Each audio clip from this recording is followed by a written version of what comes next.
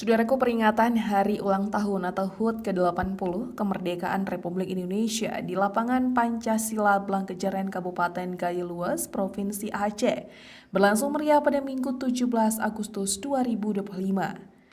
Acara ini dimeriahkan oleh penampilan sekitar 100 penari saman yang berasal dari peserta upacara.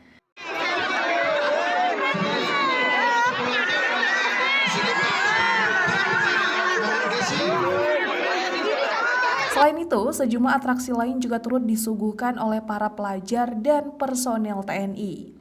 Pantauan Tribunjaya.com, tarian saman yang ditampilkan di tengah lapangan tersebut melibatkan berbagai unsur, termasuk Forum Koordinasi Pimpinan Daerah atau Forkopimda Gayo-Luas, Bupati, dan Ketua Dewan Perwakilan Rakyat Kabupaten atau DPRK. Serta personel Komando Distrik Militer atau Kodim 0113 Gayo-Luas, Kepala Kepolisian Resor atau Kapolres, Kepala Kesatuan Kerja Perangkat Kabupaten atau SKPK, Aparatur Sipil Negara atau ASN, TNI, Polri, serta para pelajar. Diperkirakan jumlah penari yang tampil di lapangan terbuka tersebut mencapai sekitar 100 orang. Penampilan tari saman dari para peserta upacara sukses menyedot perhatian penonton yang memadati area. Bahkan beberapa di antaranya tampak berdesakan dan bersorak antusias menyaksikan pertunjukan tersebut.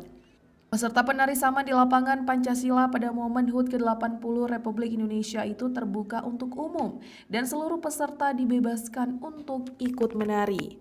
Walaupun demikian, namun penampilan terlihat sangat rapi dan kompak luar biasa.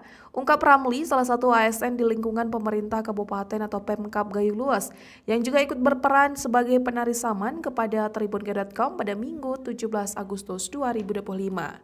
Hal senada juga disampaikan oleh penonton dan peserta lainnya. Meskipun tampil tanpa adanya latihan dan persiapan, penampilan para peserta upacara mampu menampilkan pertunjukan yang kompak dan rapi. Dikatakan ini salah satu bukti jika kita sebagai masyarakat Gayo yang cinta akan seni dan budaya, terutama seni tari saman, yang telah diakui sebagai warisan budaya dunia tak benda selama ini.